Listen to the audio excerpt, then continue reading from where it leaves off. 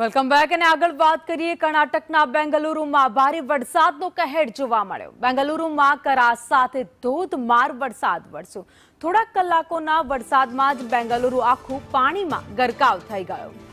રસ્તાઓ પર નદીઓ જેવા દ્રશ્યો જોવા મળ્યા। 2 કલાક સુધી બેંગલુરુમાં ધોધમાર વરસાદ ખાબક્યો તો કલાકો સુધી શહેરમાં ટ્રાફિક જામ રહ્યો। બેંગલુરુમાં આવેલી વિધાનસભાની ઓફિસમાં પણ પાણી ભરાઈ ગયા હતા।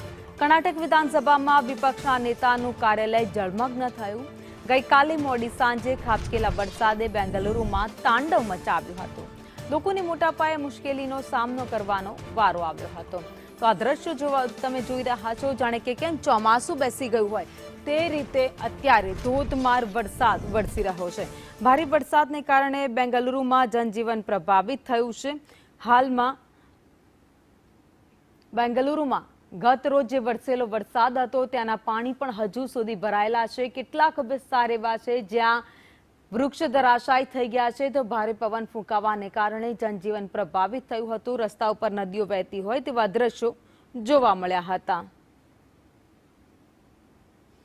તો ભયાનક દ્રશ્યો તમે જોઈ રહ્યા છો, જાણે કે ચોમાસું બેઠું હોય તેવો ધોધમાર વરસાદ વરસી રહ્યો છે, જેના કારણે પાણી સરકારી ઓફિસોમાં ભરાઈ ગયા છે। તો બીજી બાજુ જે દ્રશ્યો સામે આવ્યા છે, બરફ વર્ષા થઈ રહી છે, જેના કારણે સફેદીની ચાદર જે ઉત્તર ભારતના રાજ્યો છે ત્યાં છવાઈ ગઈ છે। રસ્તાઓ પર ક્યાંક કરા પણ પડ્યા છે તો વાતાવરણમાં ઠંડક પણ પ્રસરી ગઈ છે। જોકે બીજી બાજુ ગુજરાતમાં પણ 1 થી 2 ડિગ્રી તાપમાન ઘટશે, પરંતુ ઉકળાટ યથાવત રહેશે તેવી હવામાન વિભાગે આગાહી કરી છે।